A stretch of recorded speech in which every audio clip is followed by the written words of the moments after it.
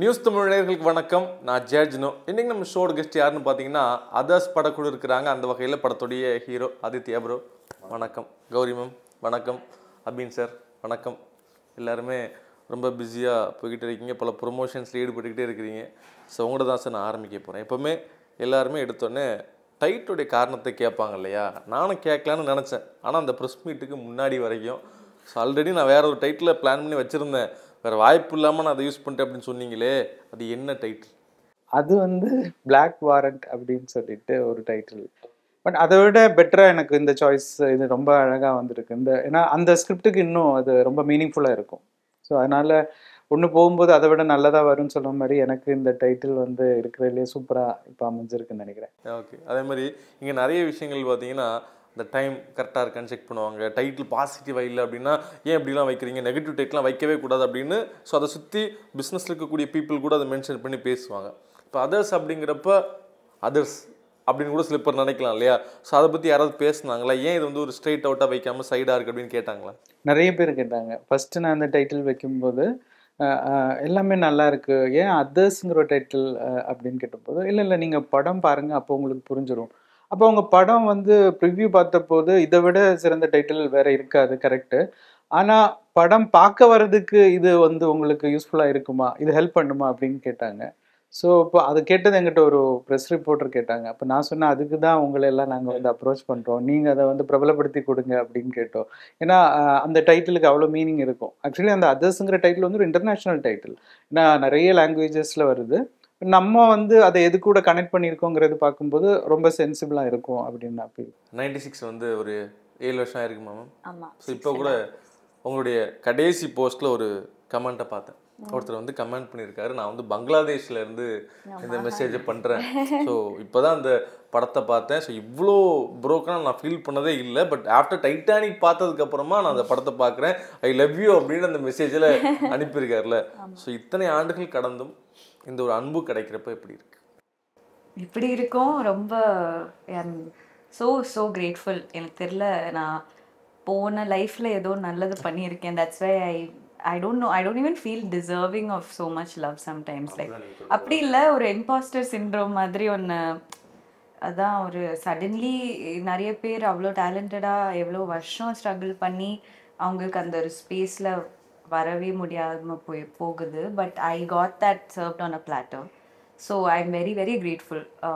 இப்போவுமே like from all over the world, even now நீங்கள் சொன்ன மாதிரி ஃப்ரம் எவ்ரிவேர் இப்போவுமே அந்த மெசேஜஸ் வருது. லைக் ஸோ ஸ்ரீலங்கா, மலேசியா, அங்கேருந்து எல்லா தமிழ் ஃபேன்ஸ் மட்டும் இல்லை, north Indians and like even foreigners have watch the film. லாங்குவேஜே தெரியாதவங்க கூட பார்க்குறாங்கல்ல. ஆமாம்.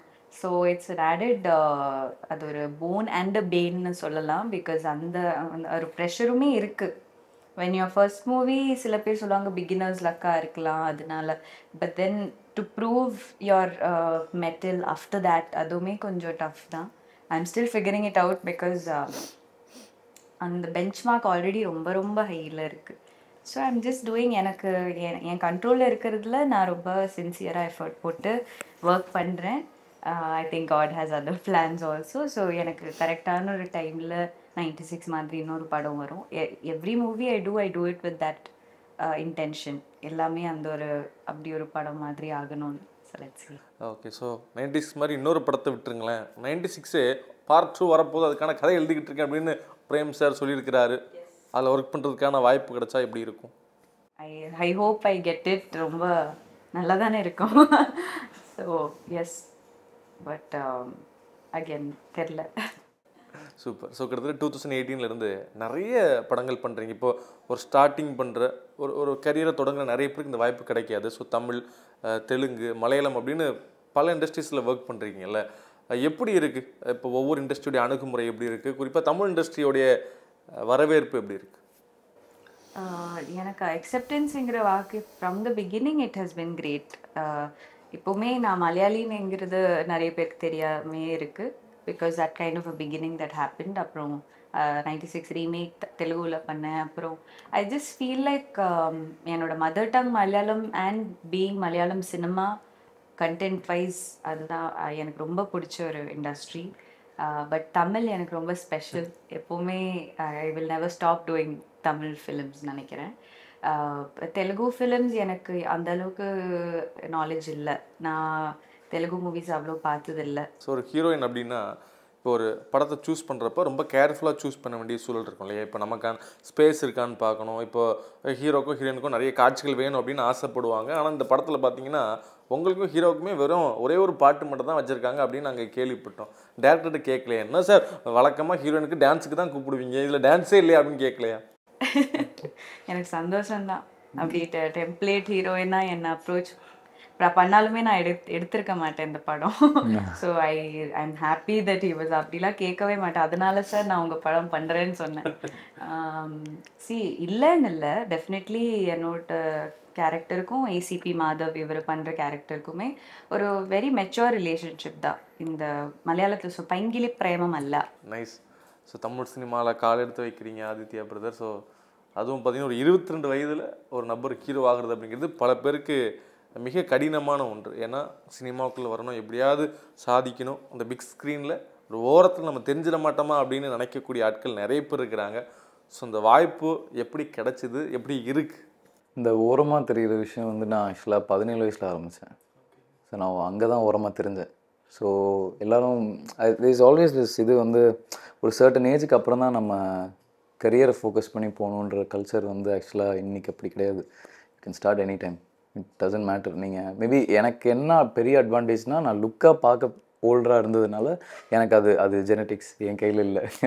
ஸோ அதனால் அது எனக்கு ஒரு பெரிய ஒரு எட்ஜ் கொடுத்ததுன்னு தான் நான் சொல்லுவேன். இப்போ எனக்கு பியர்டு இதெல்லாம் வளருது. ஸோ நான் ஐ கேன் லைக் ஓல்டர், பெரிய பெட்டர் மோர் மெச்சூர் கேரக்டர்ஸ் பண்ணலாம். ஸோ அதுக்கு அந்த ஸ்பீடுக்கு நான், ஆனால் அட் த சேம் டைம் நானும் என்னோடய ஆக்டிங்காகவும் சரி, நான் பிஹேவியராகவும் சரி, நான் அதையும் அந்த இதுக்கு ஸ்பீடுக்கு மேட்ச் பண்ணிக்கணும்.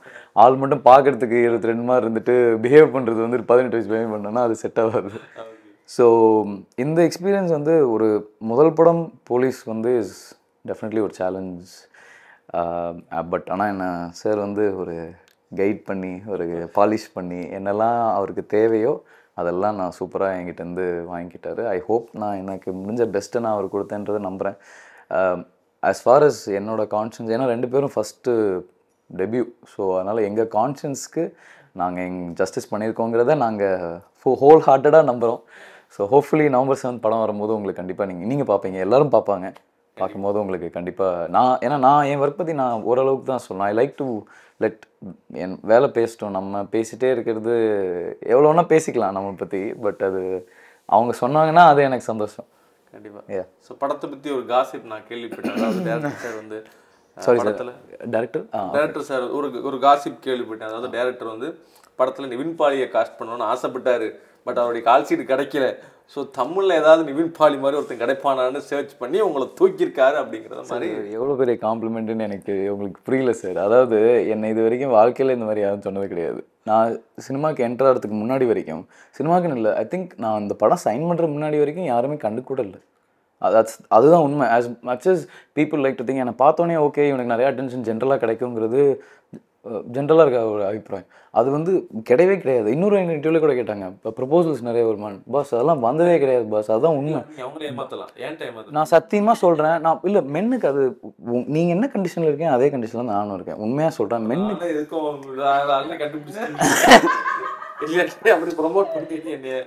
பாஸ் நம்ம இது, அதாவது உங்களுக்கு வரும், எனக்கு கம்மியாக வரும்னு சொன்னால் நீங்கள் நம்ப மாட்டீங்க. அதனால சரி ஓகே சேர்த்து உட்காரலான்னு முடிவு பண்ணி வச்சுட்டு எங்கே உட்காந்தா என்ன. இல்லை அது மென்னுக்கே ஒரு திங் அப்படி. ஏன்னா ஜென்ரலாகவே உமன்லாம் வந்து சொல்ல மாட்டாங்க. நான் பார்த்த வரைக்கும் I mean you seen women generally go and approach. நான் ப்ரப்போஸ் பண்ணியிருக்கேன் பார்த்தீங்களா? இவங்க இப்போதாங்க எனக்கு தெரியும். நான் சொல்கிறேன், ஜென்ரலாக சொல்கிறேன், லைக் நான் பார்த்தது கிடையாது. எனக்கு sorry to interrupt, but I think இப்போ முன்னாடி மாதிரி ஐ லவ் யூன்னு சொல்லி ஒரு ரிப்ளைக்கெலாம் வெயிட்டிங் இல்லை. I think you become good friends. அப்புறம் அவங்களுக்கே அவங்க தெரியாம ஒரு ஃபீலிங் வந்துடும். அப்போ அந்த ப்ரப்போசல் ஆஸ்பெக்டே கம்மி.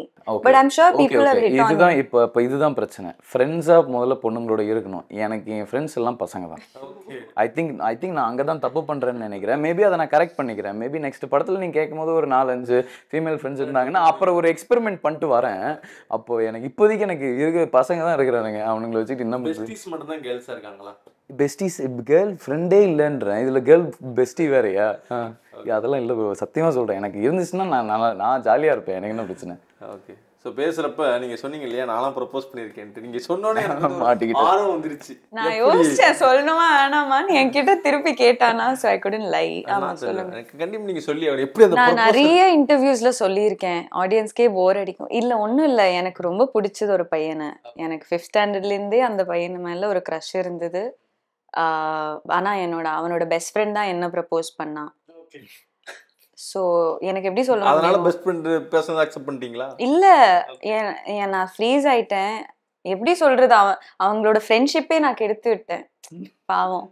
பிகாஸ் நான் அவங்ககிட்ட ஒன்றும் சொல்லலை. அப்புறம் எனக்கு பிடிச்ச பையன்கிட்ட சொன்னேன். பிகாஸ் எனக்கு பிடிச்ச பையன் என்கிட்ட வந்து இந்த ஃப்ரெண்டை பற்றி அவன் நல்ல பையன், எக்ஸெப்ட் பண்ண ரொம்ப லவ் பண்ணுறான் அப்படி சொல்லிட்டாரு. அப்போ எனக்கு கொஞ்ச நாள் நான் ஒன்றும் சொல்லலை. ஒரு நாளைக்கு டெலூஸ் எனக்கு உன்னதாண்டா பிடிக்கும் அப்படி சொல்லி. பட் அவங்க ஃப்ரெண்ட்ஷிப் டிஸ்ட்ராய் பண்ணது நான் தான். அது ஒரு ஹாப்பி மொமெண்ட்டாக வச்சிருக்கீங்க. ஆமா, என்னது அது ஒரு ஹாப்பி மொமெண்ட். ஹாப்பி இல்லை, எனக்கு ஆக்சுவலி ரொம்ப ரிக்ரெட். இல்லை, அது வரைக்கும் ஜாலியாக லஞ்சுக்கெல்லாம் பசங்க குரூப் எல்லாம் ஃபன்னாக இருப்பாங்களா. நான் ப்ரப்போஸ் பண்ணதுக்கு அப்புறம் அவன் அக்செப்ட் பண்ணிட்டான். ஏதோ சிம்பத்தியில் பண்ணானோன்னு தெரில, அக்செப்ட் பண்ணிட்டான். ஆனால் அதுக்கப்புறம் இந்த ரவுண்ட் இருப்பாங்க பசங்க, அவன் வெளில இருந்தான். அந்த ஒரு பாய் கோட் இருக்கு, இந்த ப்ரோ கோட் இருக்குல்ல, அதை பிரேக் பண்ணிட்டான் அவன். Okay. So he was excluded from the group. பாவம். சார் ரொம்ப கஷ்டமா இருக்கு, எமோஷனல் ஆக்கிட்டீங்க. ஐ திங்க் எல்லா பையனுக்கும் அந்த ஒரு பேக் ஸ்டோரி வேணும்னு நினைக்கிறேன். நெக்ஸ்ட் ஸ்டேஜ் காலகட்டத்தில் நெக்ஸ்ட் ஸ்டேஜ் போகிறதுக்கு அது தேவை. என்னையும் ஒரு பாயிண்டில் புஷ் பண்ணது அந்த ஒரு மாதிரி ஒரு ரீசன் தான். கண்டிப்பாக. ஸோ நிறைய புஷ் பண்ணியிருக்குன்னு பார்த்தாலே தெரியுது. படத்தில் பாருங்கள் எவ்வளோ புஷ் ஆகிருக்குன்ட்டு எனக்கு. சூப்பர். ஸோ படத்துடைய கதையை பற்றி நான் கேட்கணும் சார். ஸோ ஐவிஎஃப் அப்படிங்கிறது இப்போது ரொம்ப மோஸ்ட் காமனாக நிறைய பேர் அதை பற்றி பேசிக்கிட்டே இருக்கிறாங்க. குறிப்பாக ஃபெர்டிலிட்டி அப்படிங்கிற பிரச்சனை நிறையா இருக்குது. இப்போ ரீசெண்டாக நிறைய திருமணமான கப்புள் வந்து ஒரு 2-3 மாதத்துலேயே போய் டாக்டர்ஸ்ட்டு போய் எங்களுக்கு வந்து இன்னும் குழந்தை பிறக்கல, என்ன பண்ணலாம் அப்படின்னு கேட்டு டாக்டர்ஸ் திட்டிலாம் விட்டு கூட நிறைய பேர் என்கிட்ட சொல்லியிருக்காங்க, நாங்கள் வரக்கூடிய பேஷண்ட்ஸுக்குலாம் திட்டிருக்கோன்னு. ஸோ இது ஒரு ரொம்ப சென்சிட்டிவான ஒரு டாப்பிக்கில். ஸோ நீங்கள் எவ்வளோ விஷயங்கள் எழுதும்போது யோசிக்க வேண்டி இருந்துச்சு? அதோட டெக்னிக்கல் பாசிபிலிட்டிஸ் எல்லாமே ஃபஸ்ட்டு நான் ரிசர்ச் பண்ணேன். ஏன்னா நம்ம காட்டும்போது ஒரு ஐவிஎஃப் ப்ராசஸ்னால் என்ன, அண்டு அது எப்படி வந்துட்டு ஃபைனலாக அது இம்ப்ளிமெண்ட் ஆகுது அந்த ப்ராசஸ் அப்படிங்கிறது எல்லாமே நம்ம ஃபஸ்ட்டு ஒரு டாக்டர்ஸ்ட்டு இருந்து எல்லாமே நிறைய விஷயங்கள் தெரிஞ்சுக்கிட்டோம். அண்ட் அதுக்கப்புறம் நான் கேட்டது வந்துட்டு இந்த மாதிரிகளெல்லாம் மிஸ்டேக்ஸ் ஏதாவது ஒன்று நடந்துச்சுன்னா எந்த மாதிரியெல்லாம் அவுட்கம்ஸ் வரும். ஸோ அந்த மாதிரி ரிசர்ச் எல்லாம் பண்ணேன். ஏன்னா எனக்கு அதுதான் தேவைப்படுது இல்லையா. நம்ம கதைக்கு அப்படி ஒரு விஷயம் தேவைப்படும் போது அதோட டெக்னிக்கல் பாசிபிலிட்டிஸ் என்னங்கிறதும் நம்ம தெரிஞ்சிருக்கணும். அப்போது அதுக்கு நான் வந்து டாக்டர்ஸ்ட்டு கேட்கும்போது சில விஷயங்களெல்லாம் வந்து அவங்க சொன்னாங்க. அதுதான் வந்துட்டு நான் அதோட ஒரு ட்ரம் கார்டாக யூஸ் பண்ணியிருப்பேன். ஏன்னா ஒரு ஆன்டகனிஸ்ட்டுக்கு அந்த மாதிரி ஒரு அவுட்லைன், ஐ மீன் அந்த மாதிரி ஒரு பேக்ட்ராப் தேவைப்பட்டது. ஸோ அப்போ இந்த ஐவிஎஃப்க்கு என்னெல்லாம் பாசிபிலிட்டிஸ் என்னெல்லாம் பாசிபிள் இல்லை நான் ஃபஸ்ட்டு தெரிஞ்சதுக்கப்புறம் தான் எனக்கு ஸ்க்ரீன் பிளே டெவலப் பண்ண முடியும். ஸோ அதுக்கு நான் அந்த ஒரு ப்ராசஸ் பண்ணேன். ஆனால் விஷுவலைஸ் பண்ணும்போது எனக்கு கொஞ்சம் லிமிட்டேஷன்ஸ் இருந்தது. இப்போ ஐவிஎஃப் அந்த ட்ரீட்மெண்ட் இல்லைன்னா அந்த ஒரு ப்ராசஸ் வந்து தியேட்டரில் பண்ணும்போது ஈவன் அவங்களோட அந்த போஸ்டர் கூட பொசிஷன் கூட நம்ம அதே மாதிரி எல்லாம் டிஸ்பிளே பண்ண முடியாது. பிகாஸ் அது ஃபேமிலி ஆடியன்ஸும் பார்க்கணும் அப்படிங்கிறதுல எனக்கு ஒரு அப்படி ஒரு இன்டென்ஷன் இருந்ததுனால அது கொஞ்சம் நான் ஃபில்டர் பண்ணி தான் பண்ணியிருப்பேன். பட் ஆனால் ப்ராசஸ் வந்துட்டு கரெக்டாக இருக்கும். ஆனால் பொசிஷன்ஸ் எல்லாமே கொஞ்சம் வந்து ஃபில்டர் பண்ணியிருப்போம். அண்ட் அதனால இப்போ இப்படி ஒரு க்ரைம் நடந்துச்சுன்னா அது எந்த அளவுக்கு பாதிக்கப்படுங்கிறதுமே வந்துட்டு கொஞ்சம் டைல்யூட்டடாக தான் நான் காமிச்சிருப்பேன். ரொம்ப கான்சன்ட்ரேட்டடாக அது காமிச்சோன்னா மேபி பீப்புளுக்கு வந்துட்டு அது ஒரு பயமாக ஃபீல் ஆகிடக்கூடாது. ஸோ அந்த ஒரு சினிமேட்டிக் லிபர்ட்டி நான் யூஸ் பண்ணி தான் அதை போர்ட்ரே பண்ணிப்பேன். பட் லாஜிக் இருந்திருக்கும். கண்டிப்பாக சார். இப்போ மக்கள் சினிமாவை பார்க்குறாங்கன்னா ரொம்ப எமோஷ்னலாக தான் பார்ப்பாங்க. சும்மா இது ஒரு ஜஸ்ட் லைக் தட் ஒரு கதை அப்படின்னு பார்த்துட்டு போக மாட்டாங்க. குறிப்பாக இந்த மாதிரியான ஒரு கதைகள் 2 விதமான உணர்வை உண்டாக்கும். ஒன்று பயத்தை உண்டாக்கும், இல்லைன்னா ஒரு விழிப்புணர்வை ஏற்படுத்தும் இல்லையா. நான் சில பேரை பார்த்துருக்கேன், சில படங்களை பார்த்துட்டு பயந்து போய் ஓகே இப்படிலாம் நடக்குமா அப்படின்னு ரொம்ப மென்டலி அவங்க ஸ்ட்ரெஸ் ஆன சில ஆட்கள்லாம் நான் பார்த்துருக்கேன். ஸோ இப்படிப்பட்ட கதையை மேபி ஒரு கர்ப்பிணி பெண் பார்க்கலாம், இல்லைன்னா ஒரு குழந்தை பெறணும்னு ஆசையாக இருக்கக்கூடிய சில தம்பதிகள் பார்க்குறப்ப அது உங்களுக்கு பயத்தை உண்டாக்கிறாதா? இல்ல பயத்தை இப்போ நான் நீங்க சொன்ன மாதிரி அந்த மாதிரி பயப்படணும்னா இதுதான் அதோட மெயின் தீமா இருக்கணும், இது மட்டுமா தான் இருக்கணும், இதுல இது மட்டும் கிடையாது. இன்னொரு விஷயம் நான் வந்து ஒன்று கன்வே பண்ணுறேன். பிகாஸ் ஆண்டகனிஸ்ட் இந்த ஒரு தீம் சூஸ் பண்ணி அவரோட க்ரைம் கமிட் பண்ணும்போது அவர் எதுக்கு பண்ணார், எதுக்கு யார் பண்ணாங்க, அதுதான் வந்து ஹீரோ கண்டுபிடிக்கிறாங்க இல்லையா. ஸோ அதுக்கப்புறம் கதையோட ஃபோக்கஸ் வந்துட்டு ஒரு ப்ரீ கிளைமேக்ஸ்லேருந்து அந்த பக்கம் டேர்ன் ஆகுது. ஸோ இது சார்ட் அவுட் பண்ண முடியுங்கிறதும் நம்ம அதில் காட்டுறோம், இது எப்படி கிரியேட் ஆகுதுங்கிறதும் நம்ம காட்டுறோம். பட் அந்த கிரியேஷன் வந்துட்டு கொஞ்சம் சினிமேட்டிக் லிபர்ட்டி நான் யூஸ் பண்ணியிருப்பேன். பட் அந்த இப்படி ஒரு ப்ராப்ளம் வந்துச்சுன்னா என்ன மாதிரி ஆகும் அப்படிங்கிற டெக்னிக்கல் டேர்ம் வந்துட்டு அது வந்து ஹீரோயின் சொல்கிறாங்க அந்த இதில். அந்த டெக்னிக்கல் டேர்ம் வந்து ஆக்சுவலி இருக்குது, அது நடக்குது. அந்த மாதிரி இப்போ நான் அது ஒரு க்ரைமாக காமிச்சது இயல்பாகவே நடக்குது சிலது. அது எப்படிங்கிறது வந்துட்டு அது டாக்டர்ஸுக்கு கூட தெரியாது. ஸோ அந்த பிளேஸ் தான் நான் வந்துட்டு சினிமேட்டிக் லிபர்ட்டியாக நான் வந்து ஒரு ஸ்க்ரீன் பிளே கிரியேட் பண்ணியிருப்பேன். ஸோ அந்த உங்களுக்கு படம் பார்க்கும்போது அது புரிஞ்சிடும். பட் மற்றபடி நீங்கள் நினைக்கிற மாதிரி இதனால ஒரு பயம் வந்துட்டு போகாமல் இருக்கிற அளவுக்கு அப்படி ஒரு இதாக இருக்காது. படத்தில் நீங்கள் நிறைய விஷயங்கள் கற்றுக்கிட்டு இருப்பீங்களா? மேபி ஒவ்வொரு படமும் ஒரு புதிய லெசன் அப்படின்னு நிறைய பேர் சொல்லுவாங்க. ஸோ இந்த படத்தில் நீங்கள் லெசனாக எடுத்துக்கிட்ட விஷயங்கள் ஏதாச்சும் இருக்கா? ஐ திங்க் எல்லா படமுமே ஒரு லேர்னிங் எக்ஸ்பீரியன்ஸ் தான். First time I've done a project where ஒரு ஸ்பெஷலைஸ்டாக ஒரு என்ன சொல்கிறது ஒரு மெடிக்கல் ப்ரொஃபஷனல் ஒரு எனி ஃபீல்டு இது வரைக்கும் பண்ணதில் கரியரே அவ்வளோ டச் பேஸ் பண்ணாத கேரக்டர்ஸ் தான் ஜாஸ்தி வந்திருக்கும். இல்லை கிராமம் அந்த ரோல்ஸில் தட்ஸ் நாட் அ திங். அப்போ ஒரு சிட்டியில் ஹூஸ் சம்படி ஹூஸ் இந்த அளவுக்கு ஒரு இந்த ஒரு சப்ஜெக்ட் மேட்டர் படித்து she's working. So that level of எஃபர்ட்லெஸ்ஸாக ஒர்க் பண்ணும்போது இருக்கிற மேனரிசம்ஸ் அண்ட் பேசுகிற விதத்தில் இப்போ நான் ஒரு ஆக்டராக இருக்கேன். ஸோ நானும் இப்போ இன்டர்வியூஸில் நான் பேசுகிறது இவ்வளோ எக்ஸ்பீரியன்ஸில் நான் பண்ண இன்டர்வியூஸில் என்னெல்லாம் அப்படி தான் இருக்கும். That's how that doctor will be. இதில் நிறைய சீன்ஸில் நான் பேஷண்ட் கன்சல்டேஷன்ஸ் இருக்குது, நான் நர்சஸ் கிட்ட பேசுகிறது இருக்குது, நான் சீனியர் டாக்டர் கிட்ட பேசுகிறது இருக்குது, லேப் ரிப்போர்ட் வரும்போது அது அனலைஸ் பண்ணுற அந்த எக்ஸ்பிரஷன்ஸ் இருக்குது. ஸோ அதுவுமே அஃப்கோர்ஸ் சினிமேட்டிக் ஆக்குறதுக்கும் many of the plot developments medical thriller because it is a medical thriller நிறைய realizations என்னோட கேரக்டர் தான் ஸ்டோரியிலையும் கொண்டு வராங்க. ஸோ அதுவுமே it has a right balance of the cinematic element. But at the same time ரொம்பவுமே சடனாக ஒரு ட்ராமா ஆர்டிஸ்ட் மாதிரி பண்ணவும் முடியாது. ஐ மீன் பண்ணக்கூடாது, அப்படி பண்ணலைன்னு நான் நம்புகிறேன். So it has to be that ரொம்ப டாக்டர்ஸ்லாம் எக்ஸ்பிரஷனே கொடுக்க மாட்டாங்க மேபி. பட் ஆமா ரொம்ப உணர்ச்சியும் பட மாட்டாங்க, எமோஷனாவும் இருக்க மாட்டாங்க. ஸோ அந்த தின் லைன் அந்த ஒரு பேலன்ஸ் ஸ்ட்ரைக் பண்றது தான் இதுல மெயின் டேக்அவே. அதுக்கு எக்ஸ்டர்னலி எவ்வளோ அது கன்வே ஆயிருக்கு அது ஒன்று. But there has been a lot of inner work that has gone like ரொம்ப ஆப்வியஸான ஒரு ஃபிசிக்கல் டிரான்ஸ்ஃபர்மேஷன் தேவையில்லை இந்த ப்ராஜெக்ட்டுக்கு. But I think mentally there were a lot of thoughts and backstories that I did by myself through director கிட்ட இருக்கிற கான்வர்சேஷன்ஸாக இருக்கட்டும், இல்லை சிலதில் எனக்கு டவுட் இருந்துகிட்டே இருக்கும். அந்த சீன் ரைட் பிஃபோர் அந்த சீன் எடுத்ததுக்கு அப்புறமே நான் சில டைம்ல கன்வின்ஸ்ட் இல்லை.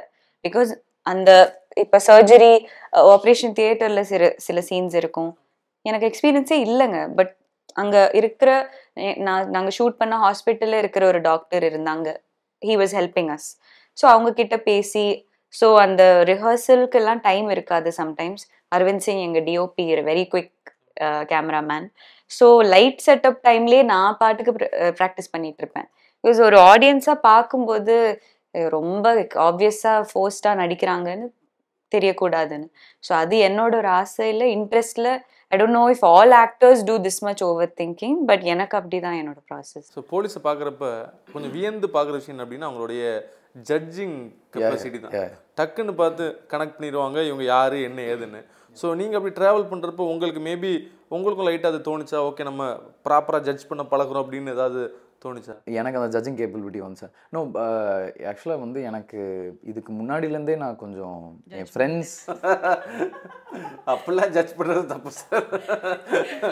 ரொம்ப நல்லா தெரிஞ்சு வச்சுருக்கேன். நான் ஜட்ஜ் பண்ண வரல, ஆக்சுவலாக அதை சொல்ல வரல, பட் நல்லா தெரிஞ்சு வச்சுருக்கிறேன்.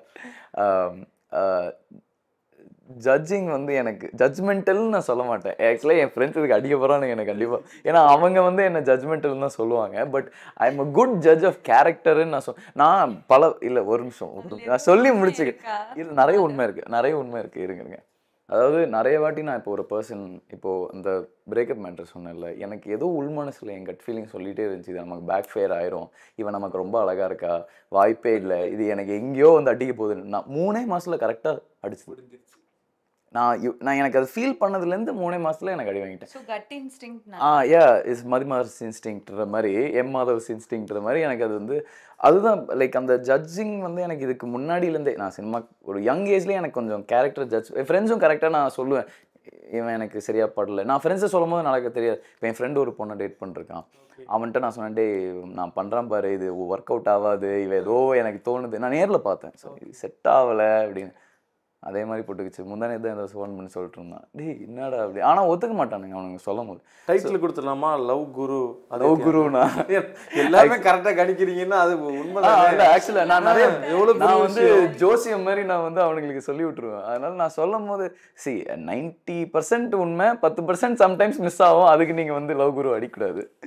பட் அதான் சொல்கிறேன். ஸோ அதனால் அந்த ஒரு ஆஸ்பெக்ட்ஸ்லாம் கொஞ்சம் கொஞ்சமாக எடுத்து I was able to okay, நம்ம கொஞ்சம் போலீஸ் மாதிரி தான் இருக்கிறோம், நம்ம போலீஸே ஆயிருக்கலாமோ அப்படின்ற மாதிரி தோணும்.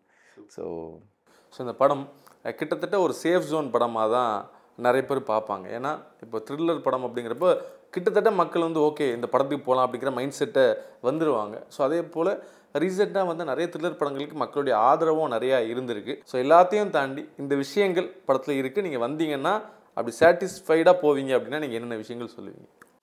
அந்த சஸ்பென்ஸ், கிரைம் சஸ்பென்ஸ், த்ரில்லர் இது இந்த மாதிரி ஜோனரில் பார்க்கணும் அப்படின்னு ஆசைப்படுற எல்லாருக்குமே இது வந்து ஒரு நல்ல ஃபீஸ்டாக இருக்கும். ஏன்னா அதுக்கான எல்லா எலமெண்ட்ஸும் இருக்குது. அப்பார்ட் ஃப்ரம் ஸ்க்ரீன் பிளே, அதுக்கு நல்ல பேக்ரவுண்ட் ஸ்கோரிங், இல்லைனா நல்ல லைட்டிங், கேமரா ஒர்க்ஸ், அப்புறம் ஆர்டிஸ்ட்னா எல்லாருமே பெர்ஃபார்மன்ஸ் அவங்கவுங்களோடது ரொம்ப ஜென்யூனாக நல்லா கொடுத்துருக்காங்க அவங்களோட அவுட்புட். ஸோ மிக்சிங் முடித்து ஃபைனல் பார்க்கும்போது நம்ம ஒன்று என்ன நினைக்கிறோமோ, ஒப்வியஸ்லி ஒரு ஃபர்ஸ்ட் மூவி அப்படின்னு சொல்லும்போது நமக்கு ரொம்பலாம் வந்துட்டு நம்ம அதில் வந்து நம்ம நினச்சது எல்லாமே அவங்களுக்குள்ள இம்ப்ளிமெண்ட் பண்ணுறதுக்கெல்லாம் கொஞ்சம் நிறைய சேலஞ்சஸ் இருக்கும், ஹானஸ்ட்டாக சொல்லணுன்னா. பட் ஆனால் ஓரளவுக்கு அந்த கதை நம்ம என்ன ஜஸ்டிஃபை சொல்லணும்னு நினச்சோமோ அது வந்து அழகாக வந்திருக்கு. ஏன்னா அந்த ஒரு க்ரைம் சஸ்பென்ஸ் எல்லாமே பார்த்ததுக்கு அப்புறமா வெளியில் வரும்போது ஒரு நல்ல ஒரு மெசேஜும் இருக்கணும், அப்போ அது ஒரு மீனிங்ஃபுல்லாக இருக்கும் அப்படின்னு நினைக்கும் போது அதுவும் இருக்குது அதில். ஸோ வெளியில் பார்த்துட்டு வெளியில் வரும்போது கண்டிப்பாக வந்துட்டு ஒரு நல்ல ஒரு இருக்கும், சாட்டிஸ்ஃபேக்ஷன் இருக்கும் அப்படின்னு நம்புகிறேன். மற்றபடி ஆடியன்ஸ் தான் பார்த்துட்டு சொல்லணும். சூப்பர் சார், நீங்கள் சொல்லும்போது ரொம்ப பாசிட்டிவாக இருந்துச்சு. நிறைய ஹார்ட் ஒர்க் போட்டிருக்கீங்க. ஸோ November 7 படம் வந்து மிகப்பெரிய வெற்றியுடைய வாழ்த்துக்கள். நன்றி சார். தேங்க்யூ.